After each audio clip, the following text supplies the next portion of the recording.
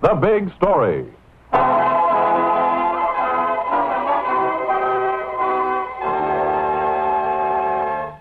Hello, Denver. Rollinsville's still waiting.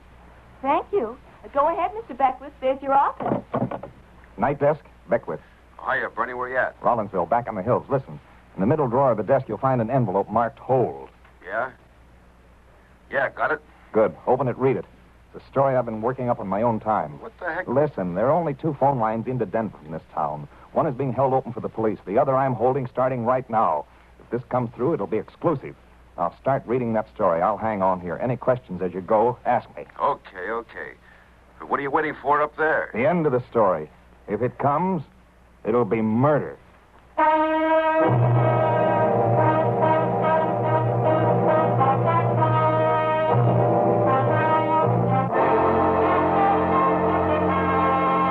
Denver, Colorado. From the pages of the Denver Post, the story of a reporter who sewed up a telephone line to lock up a killer.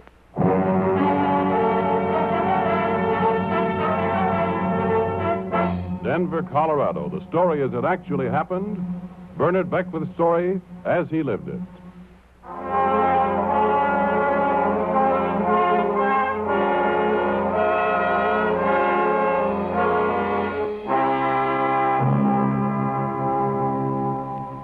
This one, you, Bernie Beckwith, reporter for the Denver Post, have been piecing together on your own time. And now, it's ready to pop. You're holed up in the one-lung telephone exchange of Rollinsville, waiting. You've sewed up the only remaining trunk line into Denver, just in case the opposition gets wind of the story and tries by phone to cash in on your work. But the operator's got something to say about that. Mr. Beckwith, I can't hold the line open for you unless you actually use it. But he's got the whole story in the office, operator. I'm just waiting till the police come back. I'm sorry, I just can't hold the line open for you. All right. I'll talk. What's that book there? The dictionary. Okay, let me have it. I'll keep this line busy, all right. Here goes. It isn't much of a story, but A, the first letter of the English alphabet and one of its 5 vowels. One, any, same, some particular kind of, as a stone.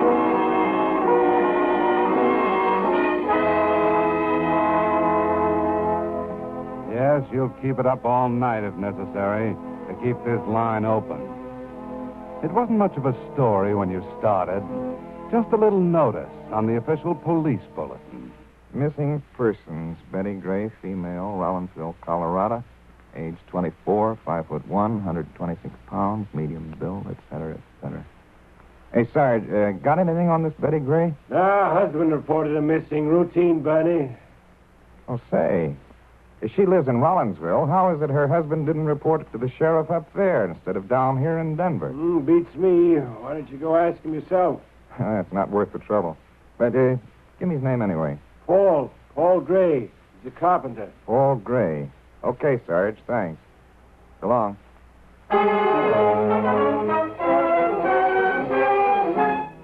By coincidence, a week or so later, you run into the sheriff of the Rollinsville area, down in town on a case. Not meaning much, not expecting much. You ask him, Paul Gray's wife turn up yet? Betty? Mm-hmm. What do you mean, turn up? Isn't she still in Chicago? Chicago? She's supposed to be in Chicago? Well, sure, visiting her sister. Who says so? Paul. You know him? Sure, all my life. Oh. Okay, skip it. Chicago, huh?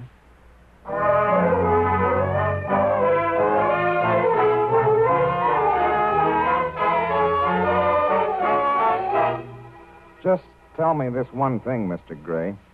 Why didn't you tell your friend, the sheriff, your wife was missing? Why did you spread that story about her going to Chicago to visit her sister? Well, you know how it is. A man doesn't like to go advertising to his friends around his own hometown that his wife's run out on him. Yeah, that's natural. Just one little thing more, Mr. Gray. What was your wife wearing when you saw her last? Well, I was never one much for noticing women's clothes, but sort of a blue coat, blue shoes, pocketbook is black. Hat? Yes, sir, she... It is the feather hat. Bought it on our honeymoon. That is only 5 months ago, you know. Yeah. 5 months married. No. Yeah, the last thing I saw as the train pulled out of the Denver Union Station was that little feather hat. What train was that? Put her on the 410 for Chicago. Beautiful train, big, brand new Zephyr. California Zephyr, they call it.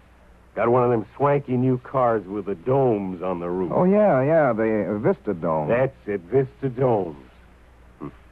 Last I saw her. Well, maybe she'll have a change of heart and come back to me. I don't know. I can always hope, huh?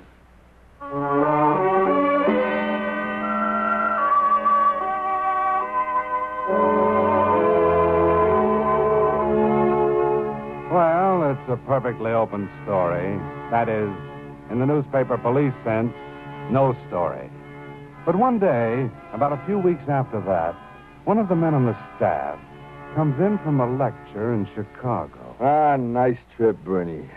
Better than driving any day. What'd you take, Larry? The Zephyr? Yeah. It's the first time I'd ever been in one of those Vista Domes. Of course, it was mostly a night ride, but you can still see some... Night ride? Yeah. When does she leave Denver? Zephyr? Mm-hmm. 7 p.m. You know trains, Larry. Does the 4 o'clock for Chicago have a Vista Dome? Does the 4 o'clock Zephyr have 4 o'clock Zephyr? Yeah. No such animal. There's only one California Zephyr through Denver, and that's at 7 p.m. And it's the only train passing through here with the Vista Dome.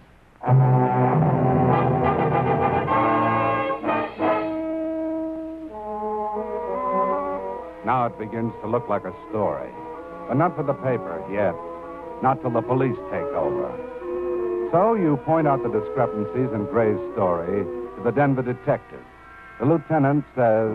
Bernie, you're being too suspicious. But just then, somebody turns up with a valise that was left in a locker at the Denver station around about the time Betty Gray first disappeared. The lieutenant opens it. Woman's clothes. Any name on the valise? No. No way of finding out who left it. In the old days when they issued checks, it was easier. But now with these 10-cent-a-day keys, Hey, wait. Laundry marks? No, initials sewed on a blouse. Oh, monogram, huh? Hey, looks like E.R. Yeah, E.R. Betty Gray, E.R. No. Just the same, I think it wouldn't hurt to call Gray in for questioning. Okay. Will do.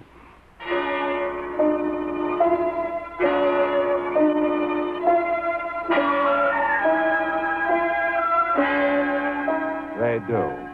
And Gray reels off the same story. She ran out on him.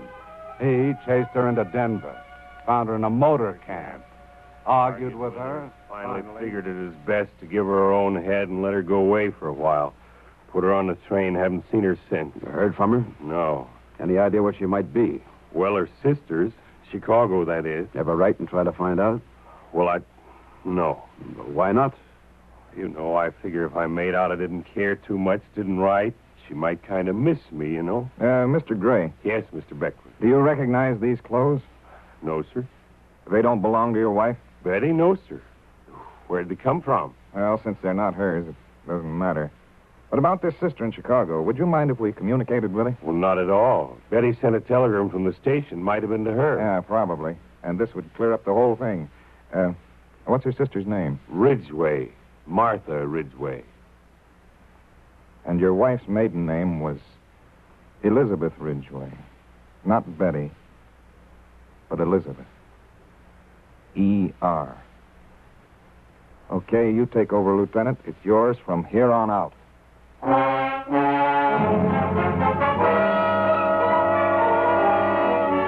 The clothes were his wife's, all right. That he finally admits. And so, you finally have a story. Carpenter held in connection with wife's disappearance. Not held for, just held in connection with. Nothing really to go on, but the fact that she's gone. The fact that she's gone without her suitcase of clothes. And one other thing, an answer to a checkup in Chicago. Martha Ridgway reports no word from Sister Elizabeth since January 1st, 1950. And Gray says he put her on the train March 6th. And it's now May 10th. But that isn't all he says. He blurts out the rest of the pathetic details of his marriage to you and the lieutenant. Well, from the first, it didn't work out so good. I had 21 years on her, you see. You know, a young woman living in a little town like Rollinsville, not much to do. I'm a stay-at-home. She was more the get-up and go-out type. So we had our...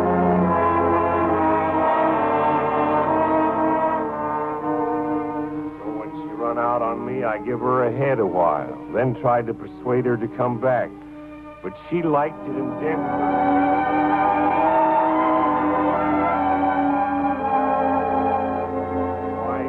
Let her stay in town for a while, gave her some money, and begged her at least to write to me. Let me know how she's getting along. It is the least she could have done. And did she?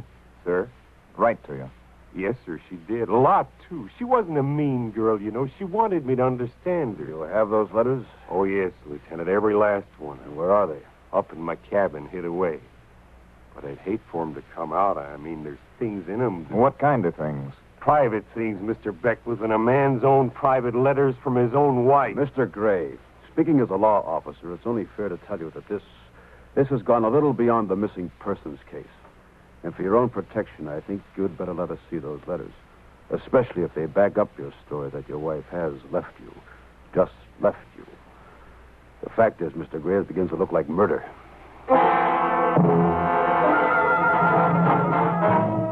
He agrees to lead you and the law to the letters.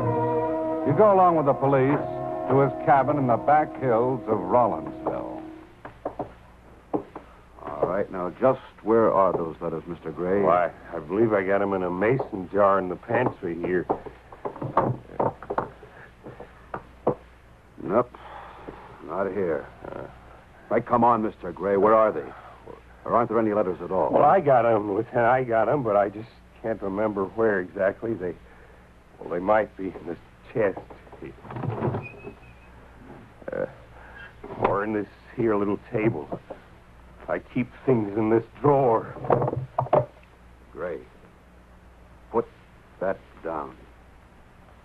Don't be a fool, Gray. Look out, buddy, look out!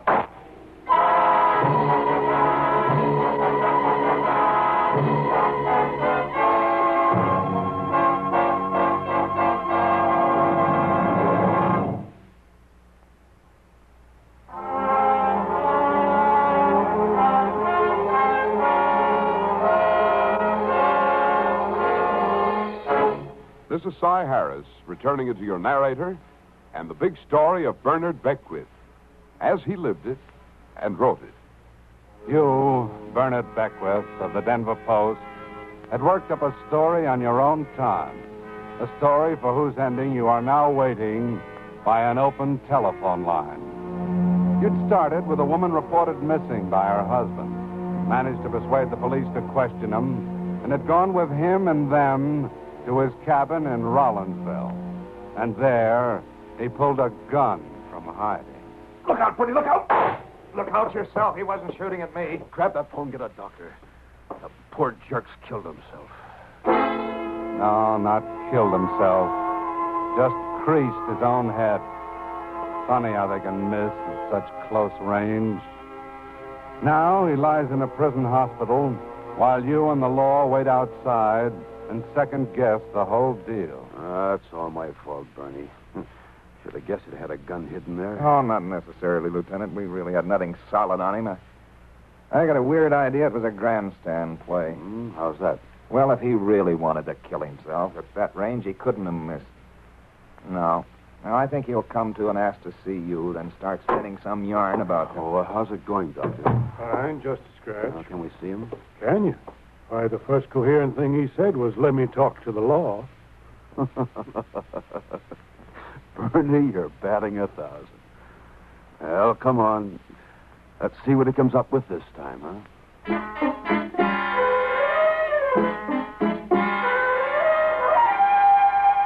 The minute this reporter come asking questions, I knew it was just a matter of time before I'd get caught. So I want to tell the truth. Everything else was lies. This is how it really happened. After so much fighting and squabbling those first 5 months we was married, I finally agreed it is best for us to break up. We got in the car, and I agreed to drive her as far as the hotel in Denver. But instead, I kept on going, south. Paul, you keep passing motor camps. Aren't you going to stop? Not for a while, Betty, not for a while. Oh, but you promised. I know, honest. I'll stop, believe me. Every time you say that, I start not believing you. I wouldn't be in this mess if it hadn't been for you, if I hadn't have believed you.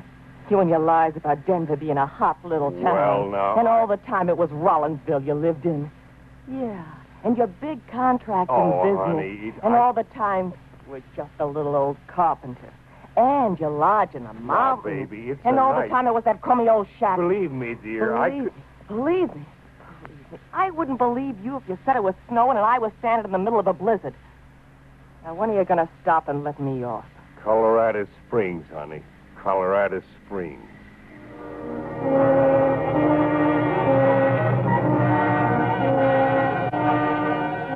Where are we going?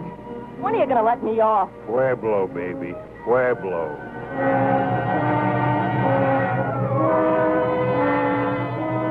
When are you going to let me off? Where are we going? Las Vegas, sweetheart. Las Vegas.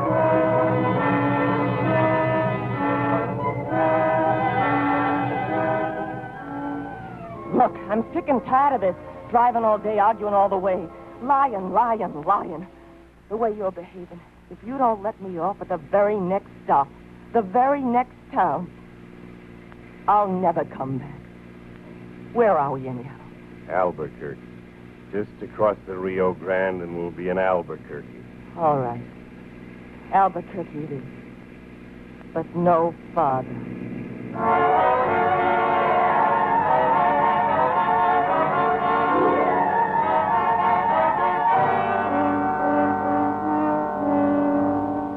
I never took her into Albuquerque. I never meant to. All that driving was just to get up my nerve. When we come to the Rio Grande, I said to myself, that's the place. So we crossed the bridge. I pulled off the road. She started nagging me again, and I choked her. I choked her to death. Her body? In the river. She was wearing... Blue dress, blue shoes, black pocketbook. Hat? No. No feather hat? Feather hat, feather... Oh, yeah. The little feather hat, yeah. Lieutenant, would you come over here a minute, please? What do you think? Your first hunch was right. He killed her. Yeah, but he's a very smart cookie. Dumped the body in the river, he says. Don't you see? He knows there's no case without a corpse. A valise full of clothing, that's not murder evidence. You need a body. See, the Rio Grande. Albuquerque could drag... Listen, that was 3 months ago, before the spring flood. They won't find any body. But I've got an idea. Mm-hmm. Go ahead, try it. What do we got to lose? Mr. Gray. Yes, sir. You want me to sign that confession? Later, Mr. Gray. Just a couple of little questions first. Now, the bridge. You said you drove over the bridge. That's right. It is on the other side, the Albuquerque side. All right. Now, we're going to check that, of course, and it would help if we knew where to drag your wife's body. If you could actually prove you crossed that bridge. Now, the toll taker, the man in the booth who takes your toll, is there any reason he might remember you? The man in the booth? Uh-huh. No, I don't think he would. Well, did he say anything? For instance, like, thank you, or nice evening, or... Yes, thanks, he said. Thanks, sure. Not that I really remembered, but now you mention it, of course he said thanks. Then you drove on. That's right. And off the bridge. Now, left or right? Oh, let's see. Well, we're just trying to find out where you pushed her body in. I mean, above the bridge or below. Oh, yeah, well, let me see. It is... There's a turnoff to the right down the river road. That's right. Is right. We turned right off the bridge to the right. And there, you choked her to death and pushed her into the river. Yeah. Thanks, Mr. Gray. You're welcome. Any other information I can give you? I mean, now it's off my chest. I'll be glad to cooperate. Anything you want to know. There is one thing we want, Gray. The truth. For a change, the truth. But that is the truth. I admit everything else is lies, but... Never mind the buts, Gray. There's plenty wrong with this truthful story of yours. In the first place, there is no toll on that bridge, not since 1947. And in the second place, there's no river road turnoff anywhere near the bridge. Now, come on, Gray. Let's have the truth.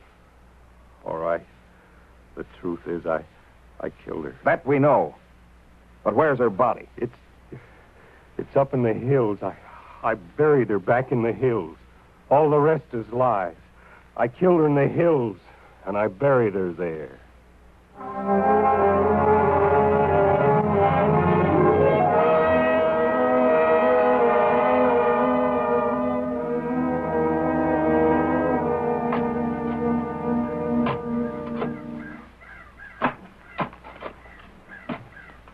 Sure it was right here. Yeah, Lieutenant, right here, I'm sure. It is by this creek. I mean, the creek wasn't running yet, but I buried her right here. You find anything, boys?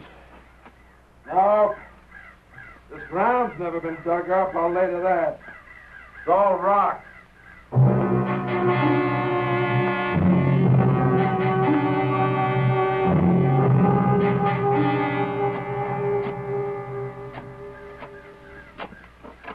But I'm sure it is right about here. Right here. You were sure about the other two places, too? The creek bottom, the rock outcrop? Well, no, it is here, I'm sure. Just that tree. I remember that tree. All right, boys, what do you say? Another wild goose chase. We keep this up, we won't find no body. We'll find gold. Gold. The magic word rings a bell. Gold. These hills are pocked with mine working. Gold. You try one last hunch, one last gambit in this crazy stalling game this crazy killing husband is playing, leading the law all over the lot. Mr. Gray. Yes, sir? A couple of notes for my story, if I ever get around to writing it. You're a native of these parts, huh? No, sir, I'm from Utah way. Oh, I see. Came up here as a prospector, maybe? Me? No, sir. I never had the gold fever, but I made my living off those who did. As a carpenter? Yes, sir, as a carpenter. I let the other fellows dig for the stuff. I built their shacks and their houses. And their shafts? And their shafts and their offices and all that. But if you want to put me down as a gold prospector, if it'll make your story any better... Okay, Mr. Gray. Thanks. You've helped a lot. Lieutenant. What is it, Bernie? Forget the shovels. Try one of those old mine shafts. I know there are hundreds, but try them all. Do you know, or is it a hunch? Both. If there is a body, down a mine shaft. I'll lay to that.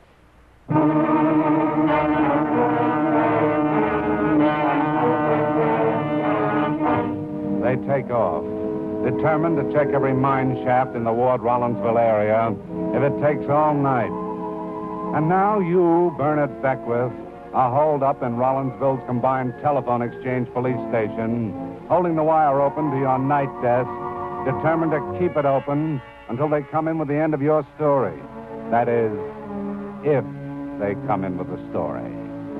And if you have to read the dictionary over the phone from now till doomsday. Averse, unwilling, not favorable to, turned away from the principal axis. Aversion, dislike, an object of dislike. Avert. Hey, Bernie. Oh, hi. Here, take a look at this. Wait, I'll unwrap it. Uh-oh. Did he identify? He didn't have to. He admitted to you twice. She was wearing it, didn't he? A little feather hat with a bullet hole in it. Yeah. Hey, desk, I'll give you the lead in a second. Okay, Lieutenant, where was the body? Like you said, down a mine shaft. The old dewdrop mine. Hey, that's my phone. You can't take it. I've been holding that line to tell them that... Hey, quiet a second. Hello, desk? Look, this is Detective Higgins of the Denver Police. Here's another angle for your story. Put this in. Your man Beckwith Aide was so invaluable to this investigation. Oh, listen, let me get my And without story him, in, the will you? investigation might have bogged down. What? Well, yes, you certainly can quote me.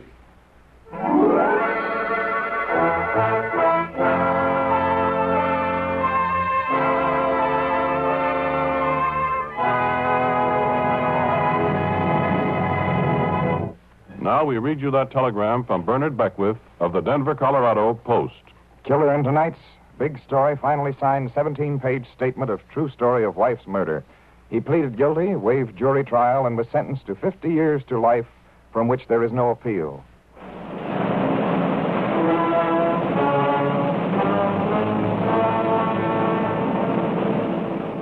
In order to protect the names of people actually involved in tonight's authentic big story, the names of all characters in the dramatization were changed with the exception of the newspaper reporter.